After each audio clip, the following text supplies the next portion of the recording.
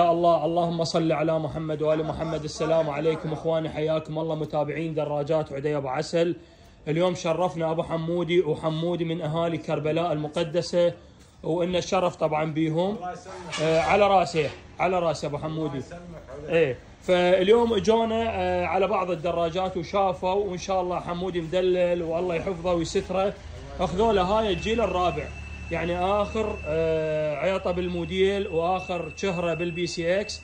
فان شاء الله صارت من قسمه اخونا محمد من اهالي كربلاء. محمد اشتريت على الدراجات، عجبتك هاي القطعه؟ جديده لو لا؟ مو بس الدراجات، حتى على راسي.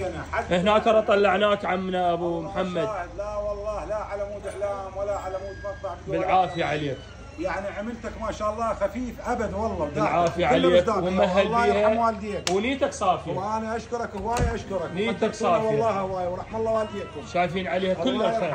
بالعافيه عليك، بالعافيه عليك. اخواني جونا بالكيه الخاصه مالته، وان شاء الله هاي صارت من قسمتهم وبالعافيه عليهم ويشوفون عليها كل الخير. يلا تعال طلعها لعمك.